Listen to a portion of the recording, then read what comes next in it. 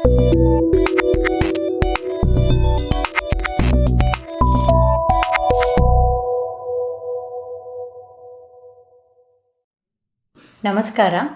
Sukrutha hospital and IVF ಸೆಂಟರ್ಗೆ ನಿಮಗೆ ಸುಸ್ವಾಗತ. ನಾನು ಡಾಕ್ಟರ್ ಕೋಕಿಲಾ, ಇಲ್ಲಿನ ಫರ್ಟಿಲಿಟಿ ಸ್ಪೆಷಲಿಸ್ಟ್. ನಾನು ಈ ವಿಡಿಯೋದಲ್ಲಿ ನ್ಯಾಚುರಲಾಗಿ ಪ್ರೆಗ್ನೆನ್ಸಿ ಆಗದೇ ಇರೋರಿಗೆ ಮಾಡ್ತಕ್ಕಂಥ ಪರೀಕ್ಷೆಗಳು ಮತ್ತು ಅದಕ್ಕೆ ವಿಧವಾದ ಚಿಕಿತ್ಸೆಗಳ ಬಗ್ಗೆ ವಿವರಿಸ್ತೀನಿ. ಇಷ್ಟೊತ್ತು ನಾವು ನ್ಯಾಚುರಲಾಗಿ ಪ್ರೆಗ್ನೆನ್ಸಿ ಹೆಂಗಾಗುತ್ತೆ ಅನ್ನೋದನ್ನು ತಿಳ್ಕೊಂಡ್ವಿ. ಮತ್ತು ನ್ಯಾಚುರಲಾಗಿ ಪ್ರೆಗ್ನೆನ್ಸಿ ಆಗದೇ ಇರೋದಕ್ಕೆ ಏನೇನು ತೊಂದರೆಗಳು ಇರಬಹುದು ಅನ್ನೋದನ್ನು ತಿಳ್ಕೊಂಡ್ವಿ. ಇನ್ನು ಮುಂದಕ್ಕೆ ನಿಮ್ಮ ಕೇಸಲ್ಲಿ ನ್ಯಾಚುರಲಾಗಿ ಪ್ರೆಗ್ನೆನ್ಸಿ ಆಗದೇ ಇರೋದಕ್ಕೆ ಏನೇನು ತೊಂದರೆಗಳು ಇರಬಹುದು ಅನ್ನೋದನ್ನು ನಾವು ಯಾವ ರೀತಿ ಸ್ಟೆಪ್ ಬೈ ಸ್ಟೆಪ್ ಅನಲೈಸ್ ಮಾಡ್ತಾ ಹೋಗ್ತೀವಿ ಅನ್ನೋದನ್ನು ಹೇಳ್ತಾ ಹೋಗ್ತೀನಿ. ಮೊದಲನೇದಾಗಿ ನೀವು ಕಳೆದ ಬಾರಿ ಬಂದಾಗ ನೀವು ಓಲ್ಡ್ ರಿಪೋರ್ಟ್ಸ್ ಎಲ್ಲ ತೊಗೊಂಡು ಬಂದಿದ್ರಿ. ಅದರಲ್ಲಿ ಮೊದಲನೇದಾಗಿ ನಾವು ಎಲ್ಲ ಪ್ರಿಸ್ಕ್ರಿಪ್ಷನನ್ನು ಕೂಡ ಡೀಟೇಲಾಗಿ ಅನಲೈಸ್ ಮಾಡ್ತೀವಿ.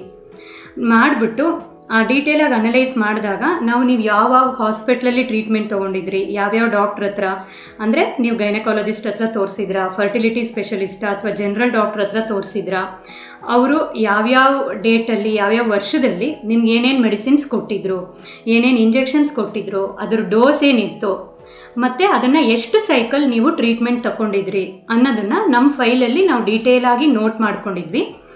ಮತ್ತು ಆ ಟ್ರೀಟ್ಮೆಂಟ್ ತೊಗೊಂಡಾಗ ರಿಸಲ್ಟ್ ಏನೇನಾಗಿತ್ತು ಅನ್ನೋದನ್ನು ಕೂಡ ನಿಮ್ಮ ರಿಪೋರ್ಟ್ಸಲ್ಲಿ ಎಷ್ಟಿತ್ತೋ ಇನ್ಫಾರ್ಮೇಷನ್ ಅಷ್ಟನ್ನು ನಾವು ನೋಟ್ ಮಾಡ್ಕೊಂಡಿದ್ವಿ. ಇದು ಪ್ರಿಸ್ಕ್ರಿಪ್ಷನ್ಸಿಂದ ಬಂದಂಥ ಇನ್ಫಾರ್ಮೇಷನ್ನು. ಮತ್ತು ನಿಮ್ಮ ಸ್ಕ್ಯಾನಿಂಗ್ ರಿಪೋರ್ಟ್ಸು ನಾವು ಡೀಟೇಲಾಗಿ ಅನಲೈಸ್ ಮಾಡಿ ನೋಟ್ ಮಾಡ್ಕೊಂಡಿದ್ವಿ. ಸ್ಕ್ಯಾನಿಂಗು ಯಾವ ಸೆಂಟ್ರಲ್ ಆಗಿದೆ, ಅಲ್ಲಿ ಸ್ಕ್ಯಾನ್ ಮಾಡಿರೋ ಡಾಕ್ಟ್ರು ರೇಡಿಯಾಲಜಿಸ್ಟಾ ಫರ್ಟಿಲಿಟಿ ಸ್ಪೆಷಲಿಸ್ಟಾ. ಏಕೆಂದರೆ ರೇಡಿಯಾಲಜಿಸ್ಟ್ ಸ್ಕ್ಯಾನ್ ಮಾಡೋದಕ್ಕೂ ಮತ್ತು ಫರ್ಟಿಲಿಟಿ ಅಂದರೆ ಮಕ್ಕಳಾಗೋಕ್ಕೆ ಅಂತ ಚಿಕಿತ್ಸೆ ಕೊಡೋವಂಥ ನಾಲೆಡ್ಜ್ ಇರೋ ಡಾಕ್ಟ್ರು ಸ್ಕ್ಯಾನ್ ಮಾಡೋದಕ್ಕೂ ಬಹಳ ವ್ಯತ್ಯಾಸ ಆಗುತ್ತೆ. ಈಗ ಫರ್ಟಿಲಿಟಿ ಸ್ಪೆಷಲಿಸ್ಟು ಡೀಪಾಗಿ ಪ್ರೆಗ್ನೆನ್ಸಿ ಆಗದೇ ಇರೋದಕ್ಕೆ ಸಂಬಂಧಪಟ್ಟಂಗೆ ಏನೇನು ತೊಂದರೆ ಇದೆ ಅನ್ನೋದನ್ನು ಡೀಪಾಗಿ ಅನಲೈಸ್ ಮಾಡ್ತೀವಿ. ಸೊ ಯಾವ ಡಾಕ್ಟ್ರು ನಿಮಗೆ ಸ್ಕ್ಯಾನ್ ಮಾಡಿದ್ದು ಅಂತ ನೋಟ್ ಮಾಡ್ಕೊಂಡಿದ್ವಿ.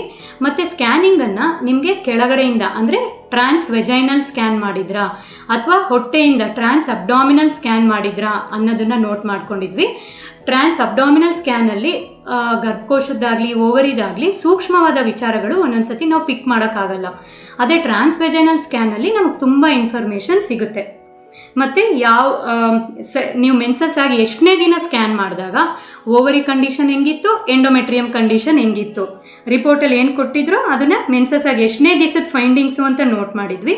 ಸೊ ಆ ರಿಪೋರ್ಟ್ಸ್ ಬೇಸಿಸ್ ಮೇಲೆ ಇನ್ನು ಮಿಕ್ಕಿದ್ದು ನಾವು ನಿಮ್ಗೆ ಸ್ಕ್ಯಾನಿಂಗಲ್ಲಿ ಏನೇನು ನೋಟ್ ಮಾಡ್ಕೊಬೇಕು, ಏನೇನು ಗುರುತಿಸ್ಬೇಕು ಅನ್ನೋದನ್ನು ನೋಟ್ ಮಾಡ್ಕೊಂಡಿದ್ವಿ. ಮತ್ತು ನಿಮ್ಮದು ಬ್ಲಡ್ ರಿಪೋರ್ಟ್ಸು ಯಾವ ಲ್ಯಾಬಲ್ಲಿ ಆಗಿತ್ತು, ಯಾವ ಡೇಟಲ್ಲಿ ನಿಮ್ಮ ಯಾವ್ಯಾವ ಬ್ಲಡ್ ರಿಪೋರ್ಟಲ್ಲಿ ವ್ಯಾಲ್ಯೂಸ್ ಎಷ್ಟೆಷ್ಟಿತ್ತು, ಅದರಲ್ಲಿ ಯಾವ್ದಾದ್ರು ಅಬ್ನಾರ್ಮಲ್ ವ್ಯಾಲ್ಯೂಸ್ ಇತ್ತಾ ಅನ್ನೋದನ್ನು ನೋಟ್ ಮಾಡ್ಕೊಂಡಿದ್ವಿ. ಆಮೇಲೆ ಈ ಎಲ್ಲದಕ್ಕಿಂತ ಮುಖ್ಯವಾದ್ದು ಸೆಮೆನ್ ರಿಪೋರ್ಟು.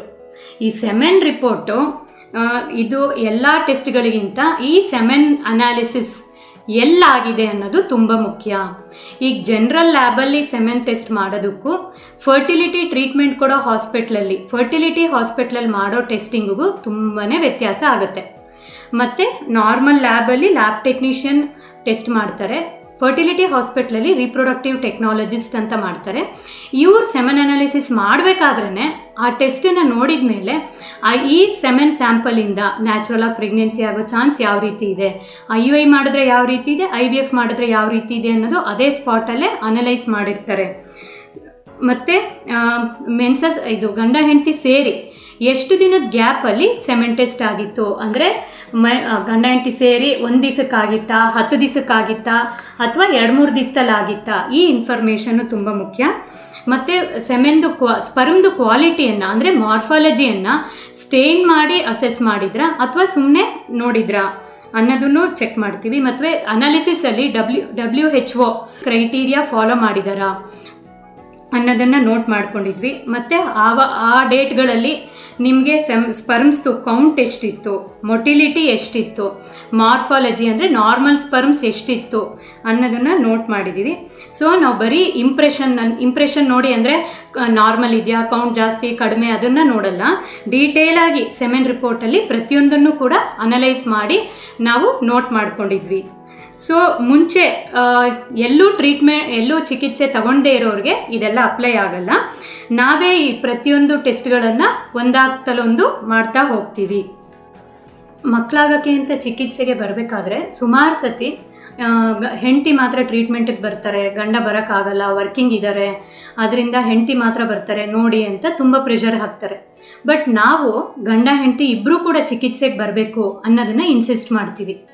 ಈ ಚಿತ್ರದಲ್ಲಿ ನೀವು ನೋಡೋ ಹಾಗೆ ಈಗ ಯಾರಿಗಾದರೂ ಮಕ್ಕಳಾಗಿಲ್ಲ, ಫರ್ಟಿಲಿಟಿ ತೊಂದರೆ ಇದೆ ಅಂತಂದರೆ ಅದರಲ್ಲಿ 30% ದಂಪತಿಗಳಲ್ಲಿ 30%ರಲ್ಲಿ ಹೆಂಗಸರದು ತೊಂದರೆ ಇರುತ್ತೆ.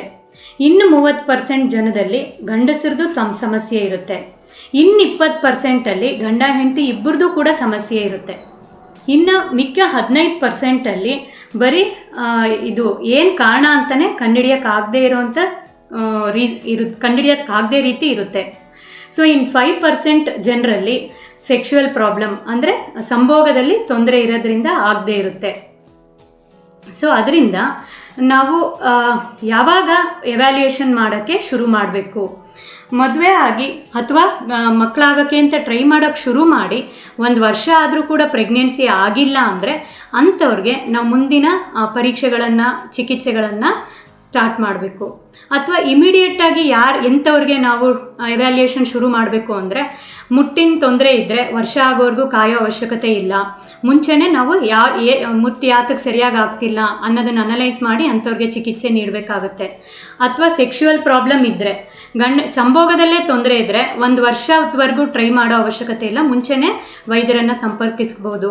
ಮತ್ತು ಗಂಡ ಹೆಂಡತಿಯ ವಯಸ್ಸು ಜಾಸ್ತಿ ಆಗಿದ್ದರೆ, ಮುಂಚೆನೇ ವೀರ್ಯಾಣುನಲ್ಲಿ ತೊಂದರೆ ಇತ್ತು, ಅಥವಾ ಎಂಡೋಮೆಟ್ರಿಯೋಸಿಸ್ ಅನ್ನೋ ತೊಂದರೆ ಇತ್ತು, ಟ್ಯೂಬಿಂದೇನೋ ತೊಂದರೆ ಇತ್ತು, ಗರ್ಭಕೋಶದೇನೋ ತೊಂದರೆ ಇತ್ತು ಅಂತ ಮುಂಚೆನೇ ಗೊತ್ತಿರೋರು 1 ವರ್ಷದ ತನಕ ಕಾಯೋ ಅವಶ್ಯಕತೆ ಇಲ್ಲ. ಅವ್ರ ಮಗು ಬೇಕು ಅಂತ ಅಂದ್ಕೊಂಡ ತಕ್ಷಣ ವೈದ್ಯರನ್ನು ಸಂಪರ್ಕಿಸಿ ಚಿಕಿತ್ಸೆಯನ್ನು ಸ್ಟಾರ್ಟ್ ಮಾಡ್ಬೋದು.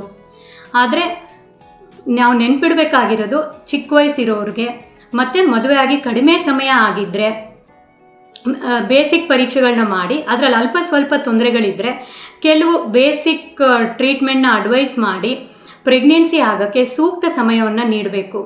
ಇಲ್ಲಾಂದರೆ ನಾವು ಒಟ್ಟಿಗೆ ಹೈಯರ್ ಟ್ರೀಟ್ಮೆಂಟ್ ಶುರು ಮಾಡಿದರೆ ಅನಾವಶ್ಯಕವಾಗಿ ಚಿಕ್ಕ ಏಜ್ನಲ್ಲೇ ಹೈಯರ್ ಟ್ರೀಟ್ಮೆಂಟ್ ಬೇಕಾಗುತ್ತೆ. ಅದರಿಂದ ಮದುವೆಯಾಗಿ ಕಡಿಮೆ ಸಮಯ ಆಗಿದ್ದರೆ ಬೇಸಿಕ್ ಪರೀಕ್ಷೆಗಳಲ್ಲಿ ಹೆಚ್ಚು ತೊಂದರೆಗಳಿಲ್ಲದೆ ಹೋದರೆ ಸೂಕ್ತ ಸಮಯವನ್ನು ನೀಡಿ ಪ್ರೆಗ್ನೆನ್ಸಿ ಆಗಿಲ್ಲ ಅಂದರೆ ಮತ್ತೆ ಹೈಯರ್ ಪರೀಕ್ಷೆಗಳಾಗಲಿ ಹೈಯರ್ ಟ್ರೀಟ್ಮೆಂಟ್ಗಾಗಲಿ ಹೋಗಬೇಕು. ಕಳೆದ ಬಾರಿ ನಿಮ್ಮದು ಡೀಟೇಲ್ಡಾಗಿ ಹಿಸ್ಟ್ರಿ ತೊಗೊಂಡಿದ್ವಿ ಮತ್ತು ಎಕ್ಸಾಮಿನೇಷನ್ ಮಾಡಿ ಫೈಂಡಿಂಗ್ಸ್ ಎಲ್ಲ ನೋಟ್ ಮಾಡ್ಕೊಂಡಿದ್ವಿ. ಈಗ ಹಿಸ್ಟ್ರಿನಲ್ಲಿ ಮುಖ್ಯವಾದ್ದು ವಯಸ್ಸು, ಗಂಡ ಹೆಂಡತಿ ಇಬ್ಬರದು ಏಜ್ನ ನೋಟ್ ಮಾಡ್ಕೊಂಡಿದ್ವಿ. ಹೆಂಗಸಿನ ಏಜು ಪ್ರೆಗ್ನೆನ್ಸಿ ಆಗೋಕ್ಕೆ ಸಂಬಂಧಪಟ್ಟಂಗೆ ತುಂಬ ಮುಖ್ಯ. ಈಗ ಏಜ್ ಆಗ್ತಾ ಎಗ್ ನಂಬರು ಕಡಿಮೆ ಆಗ್ತಾ ಹೋಗುತ್ತೆ. ಈ ಒವೇರಿಯನ್ ರಿಸರ್ವ್ ಅಂತ ಹೇಳ್ತೀವಿ, ನಮ್ಗೆ ಎಷ್ಟು ಎಗ್ಸ್ ಇರುತ್ತೆ ಅನ್ನೋದು ನಮ್ಗೆ ಏಜ್ ಆಗ್ತಾ ಕಡಿಮೆ ಆಗ್ತಾ ಹೋಗುತ್ತೆ. ಈಗ 30 ವರ್ಷದೊಳಗಡೆ ಇರೋವಂಥವ್ರಿಗೆ 1 ತಿಂಗಳಲ್ಲಿ ಪ್ರೆಗ್ನೆನ್ಸಿ ಆಗೋವಂಥ ಚಾನ್ಸ್ 20% ಇದ್ದರೆ 40 ವರ್ಷದವ್ರಿಗೆ ಪ್ರೆಗ್ನೆನ್ಸಿ ಆಗೋ ಚಾನ್ಸು 5% ಇರುತ್ತೆ. ಪ್ರೆಗ್ನೆನ್ಸಿ ಆಗೋ ಚಾನ್ಸ್ ಏಜ್ ಆಗ್ತಾ ಕಡಿಮೆ ಆಗುತ್ತೆ. ಸೊ 24 ವರ್ಷದೊಳಗೆ ಪ್ರೆಗ್ನೆನ್ಸಿ ಆಗೋ ಚಾನ್ಸ್ ಇಲ್ಲಿದ್ದರೆ 45 ವರ್ಷದಲ್ಲಿ ಇಲ್ಲಿದೆ. ಸೊ ಪ್ರೆಗ್ನೆನ್ಸಿ ಆಗೋ ಚಾನ್ಸ್ ಕಡಿಮೆ ಆಗ್ತಾ ಇದೆ. ಅದೇ ರೀತಿ ಅಬಾರ್ಷನ್ ಆಗೋ ಚಾನ್ಸ್ ಜಾಸ್ತಿ ಆಗ್ತಾ ಹೋಗುತ್ತೆ. ಇದು ಪ್ರೆಗ್ನೆನ್ಸಿ ಆಗೋ ಚಾನ್ಸ್ ಕಡಿಮೆ ಆಗೋದು, ಅಬಾರ್ಷನ್ ಆಗೋ ಚಾನ್ಸ್ ಜಾಸ್ತಿ ಆಗೋದು. ಇದು ಕೇವಲ ಎಗ್ ನಂಬರ್ ಕಡಿಮೆ ಆಗೋದಕ್ಕೆ ಒಂದೇ ಅಲ್ಲ, ಎಗ್ ಕ್ವಾಲಿಟಿ ಕೂಡ ಸಿಗ್ನಿಫಿಕೆಂಟಾಗಿ ಕಡಿಮೆ ಆಗ್ತಾ ಹೋಗುತ್ತೆ. ನಮ್ಮೆಲ್ಲರ ಕಣಗಳಲ್ಲಿ ಸೆಲ್ಸಲ್ಲಿ 46 ಕ್ರೋಮೋಸೋಮ್ಸ್ ಅಂದರೆ 23 ಜೊತೆ ಕ್ರೋಮೋಸೋಮ್ಸ್ ಇರುತ್ತೆ. ಎಗ್ಗಲ್ಲಿ 23 ಕ್ರೋಮೋಸೋಮ್ ಇರುತ್ತೆ, ಸ್ಪರ್ಮಲ್ಲಿ 23 ಕ್ರೋಮೋಸೋಮ್ ಇರುತ್ತೆ. ಈ ಕ್ರೋಮೋಸೋಮ್ ನಂಬರ್ ಏರ್ಪೇರ್ ಆಗೋದು ಏಜ್ ಆಗ್ತಾ ಜಾಸ್ತಿ ಆಗುತ್ತೆ. ಅಬ್ನಾರ್ಮಲ್ ಕ್ರೋಮೋಸೋಮ್ಸ್ ಇರೋವಂಥ ಎಗ್ಸು ಏಜ್ ಆಗ್ತಾ ಜಾಸ್ತಿ ಆಗ್ತಾ ಹೋಗುತ್ತೆ. ನಾರ್ಮಲ್ ಎಗ್ಸು ಕಡಿಮೆ ಆಗ್ತಾ ಹೋಗುತ್ತೆ. 25 ವರ್ಷದಲ್ಲಿ 80 ಎಗ್ಸು ನಾರ್ಮಲ್ ಇದ್ದರೆ, 80% ಎಗ್ಗು ನಾರ್ಮಲ್ ಇದ್ದರೆ 45 ವರ್ಷದವ್ರಿಗೆ 10% ನಾರ್ಮಲ್ ಎಗ್ಸ್ ಇರುತ್ತೆ. ಇದರಿಂದ ಪ್ರೆಗ್ನೆನ್ಸಿ ಆಗೋ ಚಾನ್ಸ್ ಕಡಿಮೆ ಆಗುತ್ತೆ, ಅಬಾರ್ಷನ್ ಆಗೋ ಚಾನ್ಸ್ ಜಾಸ್ತಿ ಆಗುತ್ತೆ. ಅದೇ ರೀತಿ ಗಂಡಸರಲ್ಲಿ 40 ವರ್ಷ ದಾಟಿದ ಮೇಲೆ ಸ್ಪರ್ಮ್ದು ಕ್ವಾಲಿಟಿ ಕಡಿಮೆ ಆಗ್ತಾ ಹೋಗುತ್ತೆ. ಅಂದರೆ ಕ್ರೋಮೋಸೋಮ್ ನಾರ್ಮಲ್ ಇರುವಂಥ ಸ್ಪರ್ಮ್ಸು ಕಡಿಮೆ ಆಗ್ತಾ ಹೋಗುತ್ತೆ. ಅದೇ ರೀತಿ ಮದುವೆ ಆಗಿ ಎಷ್ಟು ವರ್ಷಗಳಾಗಿದೆ ಅನ್ನೋದು ಕೂಡ ನಮ್ಮ ಪ್ರೆಗ್ನೆನ್ಸಿ ಆಗೋ ಚಾನ್ಸ್ನ ಡಿಸೈಡ್ ಮಾಡುತ್ತೆ. ಜಾಸ್ತಿ ವರ್ಷ ಆಗಿದ್ದಷ್ಟು ಕಾಂಪ್ಲಿಕೇಟೆಡ್ ಟ್ರೀಟ್ಮೆಂಟ್ ಬೇಕು, ಪ್ರೆಗ್ನೆನ್ಸಿ ಆಗೋ ಚಾನ್ಸ್ ಕಡಿಮೆ ಇರುತ್ತೆ. ಮತ್ತು ನಿಮ್ಮದು ಮೆನ್ಸ್ಟ್ರುವಲ್ ಸೈಕಲ್ ಯಾವ ರೀತಿ ಇದೆ ಅಂತ ನೋಟ್ ಮಾಡಿದ್ವಿ. ನೀವು ಎಷ್ಟು ದಿನಕ್ಕೊಮ್ಮೆ ನೀವು ಮೆನ್ಸಸ್ ಆಗ್ತೀರಾ, ಫ್ರೀಕ್ವೆನ್ಸಿ ಅಂದರೆ ಈಗ ನೀವು 28ರಿಂದ 30 ದಿವಸಕ್ಕೆ ಮೆನ್ಸಸ್ ಆಗೋದು ನಾರ್ಮಲ್. ಬೇಗ ಆದರೆ ಅಂದರೆ 21-22 ದಿವಸದ ಒಳಗೆ ಮೆನ್ಸಸ್ ಆಗೋವಂಥವ್ರಿಗೆ ಕೆಲವು ಹಾರ್ಮೋನ್ ತೊಂದರೆಗಳಿರ್ಬೋದು, ಅಥವಾ ನಂಬರ್ ಆಫ್ ಎಗ್ಸ್ ಕಡಿಮೆ ಇದ್ದರೆ ಬೇಗ ಮೆನ್ಸಸ್ ಆಗ್ತಾರೆ. ಡ್ಯೂರೇಷನ್ ಆಫ್ ಫ್ಲೋ ಅಂದರೆ ಎಷ್ಟು ದಿನ ಬ್ಲೀಡಿಂಗ್ ಆಗುತ್ತೆ, ಅಮೌಂಟ್ ಆಫ್ ಫ್ಲೋ ಎಷ್ಟು ಬ್ಲೀಡಿಂಗ್ ಆಗುತ್ತೆ. ಜಾಸ್ತಿ ದಿನ ಬ್ಲೀಡಿಂಗ್ ಆದರೆ, ಹೆಚ್ಚಿಗೆ ಬ್ಲೀಡಿಂಗ್ ಆದರೆ ಅಂಥವ್ರಿಗೆ ಗರ್ಭಕೋಶದಲ್ಲಿ ಏನಾದರೂ ತೊಂದರೆಗಳಿರ್ಬೋದು. ಅಂದರೆ ಅಡಿನೋಮಯೋಸಿಸ್ ಅನ್ನೋ ಪ್ರಾಬ್ಲಮ್ ಇದ್ದರೆ, ಗರ್ಭಕೋಶದಲ್ಲಿ ಗಡ್ಡೆ ಇದ್ದರೆ, ಗರ್ಭಕೋಶದೊಳಗಡೆ ಲೈನಿಂಗು ಎಂಡೋಮೆಟ್ರಿಯಮ್ ದಪ್ಪ ಇದ್ದರೆ ಜಾಸ್ತಿ ದಿನ ಜಾಸ್ತಿ ಬ್ಲೀಡಿಂಗು ಆಗೋ ಚಾನ್ಸ್ ಇರುತ್ತೆ. ಎಂಡೋಮೆಟ್ರಿಯೋಸಿಸ್ ಇರೋರ್ಗೂ ಕೂಡ ಜಾಸ್ತಿ ದಿನ ಜಾಸ್ತಿ ಬ್ಲೀಡಿಂಗ್ ಆಗುತ್ತೆ. ಅದಕ್ಕೆ ಕಡಿಮೆ ದಿನ ಬ್ಲೀಡಿಂಗ್ ಆಗೋದು ಅಥವಾ ಕಡಿಮೆ ಅಮೌಂಟ್ ಬ್ಲೀಡಿಂಗ್ ಆಗೋವಂಥವ್ರಿಗೆ ಎಗ್ಸ್ ಕಡಿಮೆ ಇರೋದು, ಎಂಡೋಮೆಟ್ರಿಯಮ್ ಥಿಕ್ನೆಸ್ ಕಡಿಮೆ ಇರೋ ಚಾನ್ಸಸ್ ಇರುತ್ತೆ. ರೆಗ್ಯುಲರ್ ಆಗಿ ಮೆನ್ಸಸ್ ಆಗ್ತಾ ಇರೋವಂಥವ್ರಿಗೆ 95% ಜನಕ್ಕೆ ಓವ್ಯುಲೇಷನ್ ಆಗ್ತಿರುತ್ತೆ. ಅಂದರೆ 28-30 ದಿವಸಕ್ಕೆ ಅವ್ರು ರೆಗ್ಯುಲರ್ ಆಗಿ ಮೆನ್ಸಸ್ ಆಗ್ತಾರೆ ಅಂದರೆ 95% ಜನಕ್ಕೆ ಬೇರೆ ಯಾವುದೇ ಟೆಸ್ಟ್ ಇಲ್ಲದೆ ಇವರಿಗೆ ಓವ್ಯುಲೇಷನ್ ಆಗ್ತಿದೆ ಅನ್ನೋದನ್ನು ನಾವು ಇಂಡೈರೆಕ್ಟಾಗಿ ಥಿಂಕ್ ಮಾಡ್ಬೋದು. ಬಟ್ ಇರೆಗ್ಯುಲರ್ ಸೈಕಲ್ಸ್ ಇದ್ದರೆ ಅಂಥವ್ರಿಗೆ ಓವ್ಯುಲೇಷನ್ ಆಗ್ತಿದೆಯಾ ಇಲ್ವಾ ಅನ್ನೋದಕ್ಕೆ ನಾವು ಬೇರೆ ರೀತಿ ಟೆಸ್ಟ್ ಮಾಡಿ ಕನ್ಫರ್ಮ್ ಮಾಡ್ಕೊಬೇಕಾಗತ್ತೆ. ಮೆನ್ಸಸ್ ಆದಾಗ ಹೊಟ್ಟೆ ನೋವು ಬರ್ತಿದ್ಯಾ ಅನ್ನೋದನ್ನು ಕೇಳ್ತೀವಿ. ಮೆನ್ಸಸ್ ಆಗೋ ಮುಂಚೆ ಹೊಟ್ಟೆ ನೋವಿದೆಯಾ, ಮೆನ್ಸಸ್ ಆದಮೇಲೆ ನೋವುತ್ತಾ, ತಡೆಯೋಕ್ಕಾಗದೇ ಇರೋಷ್ಟು ಇರುತ್ತಾ, ಟ್ಯಾಬ್ಲೆಟ್ ತಗೊಳ್ಳೋ ಅಷ್ಟು ನೋವಿರುತ್ತಾ. ಸೊ ಈ ಥರ ಸಿವಿಯರ್ ಪೇಯ್ನ್ ಇದ್ದು ಮೆನ್ಸಸ್ ಆಗೋ ಮುಂಚೆ ಪೇಯ್ನ್ ಇರುತ್ತೆ ಅನ್ನೋಂಥವ್ರಿಗೆ ಎಂಡೋಮೆಟ್ರಿಯೋಸಿಸ್ ಅನ್ನೋ ಪ್ರಾಬ್ಲಮ್ ಇರ್ಬೋದು, ಅಥವಾ PID ಇನ್ಫೆಕ್ಷನ್ ಅನ್ನೋ ಪ್ರಾಬ್ಲಮ್ ಇರಬಹುದು.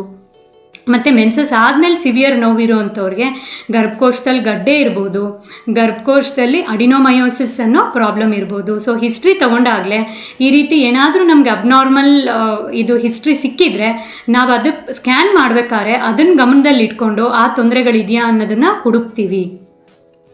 ಸೊ ಮತ್ತು ಸೆಕ್ಷುವಲ್ ಹಿಸ್ಟ್ರಿ ತೊಗೊಂಡಿದ್ವಿ. ಅಂದರೆ ನೀವು ಗಂಡ ಹೆಂಡತಿ ಸೇರಬೇಕಾದ್ರೆ ಇಬ್ರಿಗೂ ಏನಾದರೂ ಸಮಸ್ಯೆ ಇದೆಯಾ, ಹೆಂಡತಿಗೆ ಏನಾದರೂ ಸೇರಬೇಕಾದ್ರೆ ನೋವಾಗುತ್ತಾ, ಸೇರೋ ಜಾಗದಲ್ಲಿ ನೋವಿದ್ರೆ ಇನ್ಫೆಕ್ಷನ್ ಇರ್ಬೋದು, ಅಂದರೆ ವೆಜೈನಾದಲ್ಲಿ ಇನ್ಫೆಕ್ಷನ್ ಇರ್ಬೋದು. ಸೇರಬೇಕಾದ್ರೆ ಹೊಟ್ಟೆನಲ್ಲಿ ಡೀಪಾಗಿ ಪ್ರೆಸ್ ಮಾಡಿದಾಗ ನೋವಾದರೆ ಎಂಡೋಮೆಟ್ರಿಯೋಸಿಸ್ ಅನ್ನೋ ಪ್ರಾಬ್ಲಮ್ಮು ಅಥವಾ PID ಅನ್ನೋ ಪ್ರಾಬ್ಲಮಿಂದ ನೋವಿರ್ಬೋದು. ಮತ್ತು ಸೇರಬೇಕಾದ್ರೆ ಗಂಡನ ಪಾರ್ಟು ಪೆನಿಸ್ಸು ವೆಜೈನಾದೊಳಗಡೆ ಫುಲ್ ಹೋಗುತ್ತಾ, ಪೆನೆಟ್ರೇಷನ್ ಸರಿಯಾಗಿದೆಯಾ ಅನ್ನೋದನ್ನು ಕೇಳಿ ನೋಟ್ ಮಾಡಿದ್ವಿ. ಮತ್ತು ಗಂಡನಿಗೆ ಎರೆಕ್ಷನ್ ಸರಿಯಾಗುತ್ತಾ, ಎಜಾಕ್ಯುಲೇಷನ್ ಅಂದರೆ ವೀರ್ಯಸ್ಖಲನ ಸರಿಯಾಗುತ್ತಾ ಅಥವಾ ಬೇಗ ಏನಾದರೂ ಆಗುತ್ತಾ, ಮತ್ತು ವಾರದಲ್ಲಿ ಎಷ್ಟು ದಿನ ಸೇರ್ತೀರಾ. ಆಗಲೇ ನಾನು ಹಳೆ ಎಕ್ಸ್ಪ್ಲೈನ್ ಮಾಡ್ಬೇಕಾದ್ರೆ ನಾನು ಹೇಳಿದೆ, ಬರೀ ಓವ್ಯುಲೇಷನ್ ಟೈಮ್ ಅಂದರೆ 10ರಿಂದ 20ನೇ ದಿವಸದ ತನಕ ಸೇರೋದು ಸೂಕ್ತ ಅಲ್ಲ. ವಾರಕ್ಕೆ 2-3 ದಿನ ಗಂಡ ಹೆಂಡತಿಗೆ ಮೂಡಿದ್ದಾಗ, ಇಂಟ್ರೆಸ್ಟ್ ಇದ್ದಾಗ ಸೇರೋದು ಪ್ರೆಗ್ನೆನ್ಸಿ ಆಗೋಕ್ಕೆ ತುಂಬ ಅನುಕೂಲ ಆಗುತ್ತೆ. ಮತ್ತು ಮೆಡಿಕಲ್ ಹಿಸ್ಟ್ರಿ, ಗಂಡ ಹೆಂಡತಿ ಇಬ್ಬರಿಗೂ ಬೇರೆ ಯಾವುದೇ ರೀತಿಯಾದ sugar, BP, thyroid, asthma, allergy ಈ ರೀತಿ ತೊಂದರೆಗಳಿದೆಯಾ. ಆ ರೀತಿ ಇದ್ದರೆ ನಾವು ಟ್ರೀಟ್ಮೆಂಟ್ ಕೊಡೋ ಟೈಮಲ್ಲಿ ಅವನ್ನ ಗಮನದಲ್ಲಿ ಇಟ್ಕೊಂಡು ಟ್ರೀಟ್ಮೆಂಟ್ ಕೊಡಬೇಕಾಗುತ್ತೆ. ಗ್ಯಾಸ್ಟ್ರಿಕ್ ಇದ್ದರೆ ಅದಕ್ಕೆ ಲೈಫ್ ಸ್ಟೈಲಲ್ಲಿ ಕೆಲವು ಚೇಂಜಸ್ನ ಸಜೆಸ್ಟ್ ಮಾಡ್ತೀವಿ. ಬೇರೆ ಆಪ್ರೇಷನ್ಗಳೇನಾದರೂ ಆಗಿದೆಯಾ, ಮೋಷನ್ ಹೋಗೋದ್ರಲ್ಲಿ ಏನಾದರೂ ಸಮಸ್ಯೆ ಇದೆಯಾ. ಆಪ್ರೇಷನ್ ಆಗಿದರೆ ಹೆಂಡತಿಗೆ ಎಸ್ಪೆಷಲಿ ಹೊಟ್ಟೆ ಒಳಗಡೆ ಅಡೇಷನ್ಸ್ ಆಗಿರ್ಬೋದಾ ಅನ್ನೋದನ್ನು ಗಮನಿಸ್ತೀವಿ. ಗಂಡನಿಗೆ ಈಗ ವ್ಯಾರಿಕೋಸೀಲ್ ಅನ್ನೋದೇನಾದರೂ ಆಪ್ರೇಷನ್ ಆಗಿದೆಯಾ, ಹರ್ನಿಯಾ ಆಪ್ರೇಷನ್ ಆಗಿದೆಯಾ ಅನ್ನೋದನ್ನು ನೋಟ್ ಮಾಡ್ಕೊಂಡಿದ್ವಿ. ಮತ್ತು ನಿಮ್ಮ ಫ್ಯಾಮಿಲಿಯಲ್ಲಿ ಯಾರಿಗಾದರೂ ಮಕ್ಕಳಾಗೋದಕ್ಕೆ ಲೇಟ್ ಆಗಿದೆಯಾ ಅಥವಾ ಮತ್ತೆ ಅಬಾರ್ಷನ್ ಆಗಿದರೆ ಅಂಥವ್ರಿಗೆ ಕೆಲವು ಜೆನೆಟಿಕ್ ತೊಂದರೆಗಳಿಂದ ಮತ್ತೆ ಬೇರೆಯವ್ರಿಗೂ ಕೂಡ ಫ್ಯಾಮಿಲಿನಲ್ಲಿ ಮಕ್ಕಳಾಗೋ ಡಿಲೇ ಆಗೋದು, ಮತ್ತೆ ಅಬಾರ್ಷನ್ ಆಗೋ ಚಾನ್ಸಸ್ ಇರುತ್ತೆ. ಅದರಿಂದ ಈ ಹಿಸ್ಟ್ರಿ ಕೂಡ ತುಂಬ ಮುಖ್ಯ ಆಗಿರುತ್ತೆ. ಮತ್ತು ನಿಮಗೆ ನಾವು BP ಚೆಕ್ ಮಾಡಿದ್ವಿ ಗಂಡ ಹೆಂಡತಿ ಇಬ್ಬರಿಗೂ. ಹೆಂಡತಿಗೆ BP ಜಾಸ್ತಿ ಇದ್ದರೆ, ಪ್ರೆಗ್ನೆಂಟ್ ಆದಾಗೂ ಅದೇ ರೀತಿ ಇದ್ದರೆ ತಾಯಿ ಮಗು ಇಬ್ಬರಿಗೂ ತುಂಬ ತೊಂದರೆಗಳಾಗುತ್ತೆ. ಅದರಿಂದ ಪ್ರೆಗ್ನೆಂಟ್ ಆಗೋ ಮುಂಚೆನೇ BP ಕಂಟ್ರೋಲ್ ಮಾಡೋದು ತುಂಬ ಮುಖ್ಯ. ಮತ್ತು ಹಾರ್ಟಿಂದು, ಲಂಗ್ಸಿಂದು ಏನಾದರೂ ತೊಂದರೆ ಇದೆಯಾ ಅನ್ನೋದನ್ನು ಕೇಳಿದ್ವಿ ಮತ್ತು ನೋಟ್ ಮಾಡ್ಕೊಂಡಿದ್ವಿ. ಮತ್ತು ಗಂಡ ಹೆಂಡತಿ ಇಬ್ಬರದು ತೂಕ ಚೆಕ್ ಮಾಡಿದ್ವಿ. ಅವ್ರ ಗಂಡ ಹೆಂಡತಿ ಹೈಟಿಗೆ ಅವ್ರ ತೂಕ ಸರಿಯಾಗಿದೆಯಾ, ಅವ್ರ BMI ಅಂದರೆ ಬಾಡಿ ಮಾಸ್ ಇಂಡೆಕ್ಸ್ ಎಷ್ಟಿದೆ ಅನ್ನೋದನ್ನು ನೋಟ್ ಮಾಡ್ಕೊಂಡಿದ್ವಿ. ಬಾಡಿ ಮಾಸ್ ಅವ್ರ ಹೈಟಿಗಿಂತ ಅವ್ರ ವೆಯ್ಟ್ ಜಾಸ್ತಿ ಇದ್ದರೆ ಇದರಿಂದ ಒಬೆಸಿಟಿಯಿಂದ ಆಕ್ಸಿಡೇಟಿವ್ ಸ್ಟ್ರೆಸ್ ಆಗುತ್ತೆ. ಇದರಿಂದ ವೀರ್ಯಾಣು ಕ್ವಾಲಿಟಿ, ಅಂಡಾಣು ಕ್ವಾಲಿಟಿ ಎರಡೂ ಕೂಡ ಕಡಿಮೆ ಆಗಿ ಫಲವತ್ತತೆ ಕಡಿಮೆ ಆಗುತ್ತೆ, ಫರ್ಟಿಲಿಟಿ ಆಗೋ ಚಾನ್ಸ್ ಕಡಿಮೆ ಆಗುತ್ತೆ. ಮತ್ತು ನಿಮ್ಮನ್ನು ಹೆಂಡತಿನ ಎಕ್ಸಾಮಿನೇಷನ್ ಮಾಡಿದಾಗ ಈ ರೀತಿ ಕೂದಲಿದೆಯಾ, ಪಿಂಪಲ್ಸ್ ಇದ್ದರೆ, ಈ ರೀತಿಯಾಗಿ ಕತ್ತಿನ ಹಿಂದೆಗಡೆ ಕಲೆ ಇದ್ದರೆ, ಈ ರೀತಿಯಾಗಿ ಹೇರ್ಸ್ ಜಾಸ್ತಿ ಇದ್ದರೆ ಬಾಡಿ ಮೇಲೆ PCOD ಅನ್ನೋ ಪ್ರಾಬ್ಲಮ್ ಇರ್ಬೋದು, ಟೆಸ್ಟೋಸ್ಟಿರೋನ್ ಅನ್ನೋ ಹಾರ್ಮೋನ್ ಜಾಸ್ತಿ ಇರ್ಬೋದು ಅನ್ನೋದನ್ನು ತೋರಿಸುತ್ತೆ. ಮತ್ತು ಬ್ರೆಸ್ಟಲ್ಲಿ ನೀರು ಥರ ಹಾಲು ಥರ ಏನಾದ್ರು ಬರ್ತಿದ್ರೆ ಇಂಥವ್ರಿಗೆ ಪ್ರೊಲ್ಯಾಕ್ಟಿನ್ ಅನ್ನೋ ಹಾರ್ಮೋನ್ ಜಾಸ್ತಿ ಇರ್ಬೋದು. ಥೈರಾಯ್ಡ್ ಗ್ಲ್ಯಾಂಡ್ ಏನಾದರೂ ದಪ್ಪ ಇದೆಯಾ ಅಂದರೆ ಥೈರಾಯ್ಡ್ ಹಾರ್ಮೋನ್ ಜಾಸ್ತಿ ಇರ್ಬೋದು, ಕಡಿಮೆ ಇರ್ಬೋದು ಅನ್ನೋದಕ್ಕೆ ನೋಟ್ ಮಾಡ್ಕೊಂಡಿದ್ವಿ. ಹೊಟ್ಟೆ ಮೇಲೆ ಈ ರೀತಿ ಕಲೆಗಳಿದ್ದರೆ ಕೆಲವು ಹಾರ್ಮೋನ್ ತೊಂದರೆಗಳಿಂದ ಈ ರೀತಿ ಆಗ್ಬೋದು. ತುಂಬ ತೂಕ ಜಾಸ್ತಿ ಅಥವಾ ಸಡನ್ನಾಗಿ ತೂಕ ಕಡಿಮೆ ಆದರೂ ಕೂಡ ಈ ರೀತಿ ಮಾರ್ಕ್ ಆಗ್ಬೋದು. ಯಾವ್ದಾದ್ರು ಆಪ್ರೇಷನ್ ಕಲೆಗಳಿದ್ದರೆ ಅಂಥವ್ರಿಗೆ ಹೊಟ್ಟೆ ಒಳಗಡೆ ಅಡೇಷನ್ಸ್ ಇರ್ಬೋದಾ ಅನ್ನೋದನ್ನು ನೋಟ್ ಮಾಡ್ಕೊಂಡಿರ್ತೀವಿ. ಮತ್ತು ಹೆಂಡತಿಗೆ ಪೆಲ್ವಿಕ್ ಎಕ್ಸಾಮಿನೇಷನ್ ಮಾಡಿದಾಗ ಮೊದಲನೇ ವೆಜೈನಾದಲ್ಲಿ ಇನ್ಫೆಕ್ಷನ್ ಇದ್ದರೆ ಪ್ರೆಗ್ನೆನ್ಸಿ ಆಗೋ ಚಾನ್ಸ್ ಕಡಿಮೆ ಇರುತ್ತೆ ಅಂತ ಹೇಳಿದ್ದೆ. ಸೊ ಈ ರೀತಿ ಫಂಗಲ್ ಇನ್ಫೆಕ್ಷನ್ನು ಅಥವಾ ಬ್ಯಾಕ್ಟೀರಿಯಲ್ ಇನ್ಫೆಕ್ಷನ್ ಇದೆಯಾ ಅನ್ನೋದನ್ನು ನೋಟ್ ಮಾಡಿದ್ವಿ. ಮತ್ತು ಕನ್ಯಾಪೊರೆ ಹೈಮೆನ್ನು ಇಂಟ್ಯಾಕ್ಟ್ ಅಂದರೆ ಹೈಮೆನ್ನೇ ಒಬ್ಬೊಬ್ಬರಿಗೆ ಓಪನ್ ಇರಲ್ಲ, ಅದರಿಂದ ಪ್ರೆಗ್ನೆನ್ಸಿ ಆಗ್ತಿರಲ್ಲ, ಬಟ್ ಅದು ಚೆಕಪ್ ಮಾಡೋವರೆಗೂ ಒಮ್ಮೊಮ್ಮೆ ಗೊತ್ತಾಗಿರಲ್ಲ. ವೆಜೈನಾದಲ್ಲಿ ಈ ರೀತಿ ಪದರದ ಥರ ಸೆಪ್ಟಮ್ ಏನಾದರೂ ಇದೆಯಾ, ಮತ್ತು ವೆಜೈನಾದ ಓಪನಿಂಗು ಇಂಟ್ರಾಯ್ಟಸ್ ಅಂತ ಹೇಳ್ತೀವಿ, ಅದೇನಾದ್ರು ತುಂಬ ಚಿಕ್ಕದಾಗಿದೆಯಾ. ಕೆಲವು ಸತಿ ಇದು ತುಂಬ ಚಿಕ್ಕದಾಗಿದ್ದು ಮದುವೆಯಾಗಿ ಸುಮಾರು ವರ್ಷಗಳಾಗಿರುತ್ತೆ, ಗಂಡ ಹೆಂಡತಿ ಸರಿಯಾಗಿ ಸೇರೋಕ್ಕೆ ಆಗಿರಲ್ಲ, ಬಟ್ ಅವ್ರು ಚೆಕಪ್ ಮಾಡೋವರೆಗೂ ಈ ತೊಂದರೆ ನಮಗೆ ಗೊತ್ತಾಗಲ್ಲ. ಗಂಡ ಹೆಂಡತಿ ಇದನ್ನು ಓಪನ್ ಆಗಿ ಎಷ್ಟೋ ಸರಿ ಹೇಳಲ್ಲ. ಮತ್ತು ಸರ್ವಿಕ್ಸಲ್ಲಿ ಇನ್ಫೆಕ್ಷನ್ ಇದ್ದರೆ ಈ ರೀತಿ ಹುಣ್ಣಾಗಿದೆಯಾ, ಸರ್ವಿಕ್ಸ್ ಏನಾದರೂ ದಪ್ಪ ಆಗಿ ಈ ರೀತಿ ಎಕ್ಟ್ರೋಪಿಯಾನ್ ಅನ್ನೋ ತೊಂದರೆ ಇದೆಯಾ ಅನ್ನೋದನ್ನು ನೋಟ್ ಮಾಡಿದ್ವಿ. ಮತ್ತು ಬೈಮ್ಯಾನ್ಯುಯಲ್ ಎಕ್ಸಾಮಿನೇಷನ್ ಮಾಡಿ ಯೂಟ್ರಸ್ ಸೈಜ್ ಯಾವ ರೀತಿ ಇತ್ತು, ದಪ್ಪ ಸಣ್ಣ ಏನಾದರೂ ಇತ್ತಾ, ಏನಾದರೂ ಗಡ್ಡೆಗಳಿತ್ತಾ, ಯೂಟ್ರಸ್ನ ಮೂವ್ ಮಾಡಬೇಕಾದ್ರೆ ಏನಾದರೂ ನೋವು ಅಂದ್ರ, ಮತ್ತು ಯೂಟ್ರಸ್ಸು ಹಿಂದಕ್ಕೆ ಬಗ್ಗಿದೆಯಾ ಮುಂದಕ್ಕೆ ಬಗ್ಗಿದೆಯಾ ಅನ್ನೋದನ್ನು, ಆ್ಯಂಟಿವರ್ಟೆಡ್ ರೆಟ್ರೋವರ್ಟೆಡ್ ಯೂಟ್ರಸ್ ಇದೆಯಾ ಅನ್ನೋದನ್ನು ನೋಟ್ ಮಾಡಿದ್ವಿ. ಮತ್ತು ನಾವೇ ಸ್ಕ್ಯಾನಿಂಗ್ ಮಾಡಿ ಹಿಸ್ಟ್ರಿನಲ್ಲಿ ಮತ್ತು ಎಕ್ಸಾಮಿನೇಷನಲ್ಲಿ ನಮ್ಗೆ ಏನೇನು ಪ್ರಾಬ್ಲಮ್ ಇರ್ಬೋದು ಅಂತ ಡೌಟ್ ಇತ್ತೋ ಅವನ್ನೆಲ್ಲ ಗಮನಿಸೋದಕ್ಕೆ ಅಂತ ಹೇಳ್ಬಿಟ್ಟು ಸ್ಕ್ಯಾನಿಂಗ್ ಮಾಡಬೇಕಾದ್ರೆ ವೆಜೈನಲ್ ಸ್ಕ್ಯಾನಿಂಗ್ ಮಾಡಿ ಯೂಟ್ರಸ್ಸು ಓವರಿನಲ್ಲಿ ನಾವು ಸ್ಕ್ಯಾನ್ ಮಾಡಿದ ದಿವಸ ಏನೇನು ಫೈಂಡಿಂಗ್ಸ್ ಇತ್ತೋ ಅದನ್ನು ನೋಟ್ ಮಾಡ್ಕೊಂಡಿದ್ವಿ. ಮತ್ತು ಈಗ ಮೆನ್ಸಸ್ ಆದಾಗ ಏನಾದರೂ ನಾವು ಸ್ಕ್ಯಾನ್ ಮಾಡಿದರೆ ಆ್ಯಂಟ್ರಲ್ ಫಾಲಿಕಲ್ ನಂಬರ್ ಎಷ್ಟಿತ್ತು ಅಂತ ಚೆಕ್ ಮಾಡಿದಾಗ ಕಡಿಮೆ ಇದ್ದರೆ ಅಂಥವ್ರಿಗೆ ಇಂಡೈರೆಕ್ಟಾಗಿ ಎಕ್ಸ್ ಕಡಿಮೆ ಇರಬಹುದು ಅನ್ನೋದನ್ನು ತೋರುತ್ತೆ. ಏಕೆಂದರೆ ಎಕ್ಸು ನಮಗೆ ಸ್ಕ್ಯಾನಿಂಗಲ್ಲಿ ಕಾಣಲ್ಲ. ಫಾಲಿಕಲ್ಸು ಜಾಸ್ತಿ ಇದ್ದರೆ PCOD ಅನ್ನೋ ಪ್ರಾಬ್ಲಮ್ ಇರ್ಬೋದು, ಓವ್ಯುಲೇಷನ್ ಸರಿಯಾಗಿ ಆಗ್ತಿಲ್ಲ ಅನ್ನೋದನ್ನು ತೋರಿಸುತ್ತೆ. ಅದೇ ಆ್ಯಂಟ್ರಲ್ ಫಾಲಿಕಲ್ಸು ತುಂಬ ದೊಡ್ಡದಾಗಿದ್ದರೆ ಇಂಥವ್ರಿಗೆ ಎಗ್ ಕ್ವಾಲಿಟಿ ಕಡಿಮೆ ಇರೋ ಚಾನ್ಸಸ್ ಇರುತ್ತೆ. ಮತ್ತು ಗರ್ಭಕೋಶದಲ್ಲಿ ಗಡ್ಡೆ ಫೈಬ್ರಾಯ್ಡ್ ಇದ್ದರೆ ಇದು ಗರ್ಭಕೋಶ, ಗಡ್ಡೆ ಫೈಬ್ರಾಯ್ಡ್ ಈ ರೀತಿಯಾಗಿ ಕಾಣುತ್ತೆ. ಇದಿಷ್ಟು ಗರ್ಭಕೋಶ. ಅಡಿನೋಮಯೋಸಿಸ್ ಅನ್ನೋ ಪ್ರಾಬ್ಲಮ್ ಇದ್ದರೆ ಈ ರೀತಿ ಸಿಸ್ಟ್ಗಳ ಥರ ಮಯೋಮೆಟ್ರಿಯಮಲ್ಲಿ ಕಾಣುತ್ತೆ, ಯೂಟ್ರಸಲ್ಲಿ ಕಾಣುತ್ತೆ. ಗರ್ಭಕೋಶದೊಳಗಡೆ ಎಂಡೋಮೆಟ್ರಿಯಲ್ ಪಾಲಿಪ್ ಅನ್ನೋ ಗಡ್ಡೆ ಇದ್ದರೆ ಈ ರೀತಿಯಾಗಿ ಕಾಣುತ್ತೆ.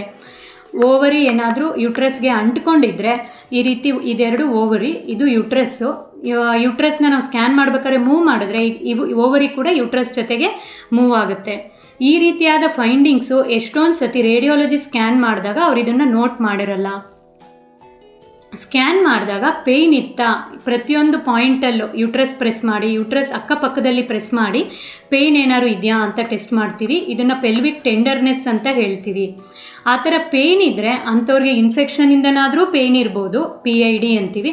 ಎಂಡೋಮೆಟ್ರಿಯೋಸಿಸ್ ತೊಂದರೆಯಿಂದನಾದರೂ ಪೇಯ್ನ್ ಇರ್ಬೋದು. ಎಂಡೋಮೆಟ್ರಿಯೋಸಿಸ್ ಆಗಲಿ PID ಆಗಲಿ ನಮ್ಗೆ ಯಾವುದೇ ರೀತಿ ಸ್ಕ್ಯಾನಲ್ಲಿ ಅದು ಕಾಣಲ್ಲ, ಪ್ರೆಸ್ ಮಾಡಿದಾಗ ಪೇಯ್ನ್ ಇದ್ದರೆ ಅದಿರ್ಬೋದು ಅನ್ನೋದು ನಮಗೆ ಸಸ್ಪಿಷನ್ ಆಗುತ್ತೆ.